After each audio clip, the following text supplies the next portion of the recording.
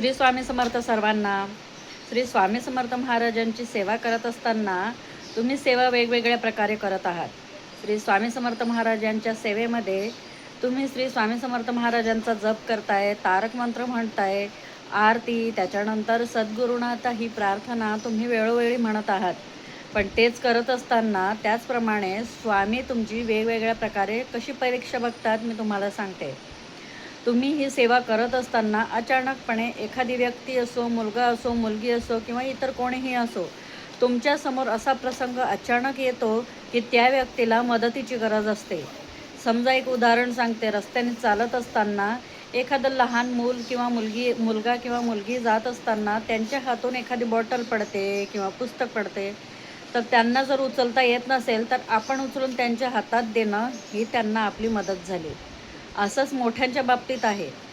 आपल्यासमोर अचानक असे प्रसंग येतात की कोणाला मदतीची गरज असेल तर आपल्याकडून ती मदत झाली पाहिजे. अशा थोड्या थोड्या काही गोष्टी आहे. या गोष्टीतून स्वामी आपली परीक्षा बघत असतात. तर नक्की कोणी तुम्हाला असं गरजू वाटलं तर मदत करायला विसरू नका. त्याचप्रमाणे घरामध्ये कधी कधी असे प्रसंग येतात, तुमचे नातेवाईक, मित्र, शेजारी असे प्रसंग येतात की तुम्हाला कदाचित राग येऊ शकतो. पण काहीही करून मनावर ताबा ठेवायचा, राग येऊ द्यायचा नाही आणि समोरच्याला अपशब्द बोलायचं नाही. राग हा माणसाचा घात करत असतो. प्रत्येक वेळेला समोरच्याशी आपल्याला प्रेमाने बोलता आलं पाहिजे, प्रेमाने समजवता आलं पाहिजे. ही झाली दुसरी गोष्ट. त्याचप्रमाणे तिसरी आणि सर्वात महत्त्वाची गोष्ट, आपले घरातील जे आई वडील आहे, मोठे व्यक्ती आहे, त्यांचं आदरातिथ्य आपल्याकडून झालं पाहिजे. कधी त्यांना देखील अपशब्द बोलायचं नाही की किंवा त्यांच्याविषयी राग व्यक्त करायचं नाही. तुम्हाला कोणी सांगितलं तुम्हाला ती गोष्ट करायची नाही आहे, तर तुम्ही प्रेमाने त्यांना सांगा की मला करायची नाही आहे प्लीज.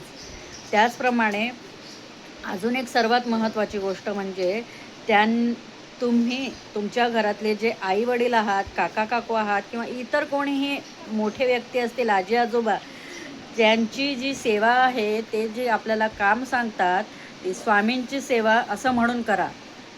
कोणाचीही आपल्या घरातील वडीलधाऱ्यांची सेवा म्हणजे हीच स्वामींची सेवा असं समजून जर केलं तर कर्म हेच परमार्थ बनतात आणि हेच स्वामींना मान्य आहे. प्रत्येक काम करताना श्री स्वामी समर्थांचं नामस्मरण करायला कधीही विसरायचं नाही. बाकी आपल्याला सांभाळायला श्री स्वामी समर्थ महाराज आहेतच. या अशा काही गोष्टी आहेत की ज्या स्वामी समर्थ महाराजांना खूप आवडतात. करायला कधीही विसरू नका. बाकी आपल्याला सांभाळायला, सावरायला प्रत्येक ठिकाणी क्षणोक्षणी श्री स्वामी समर्थ महाराज आहेतच. श्री स्वामी समर्थ सर्वांना.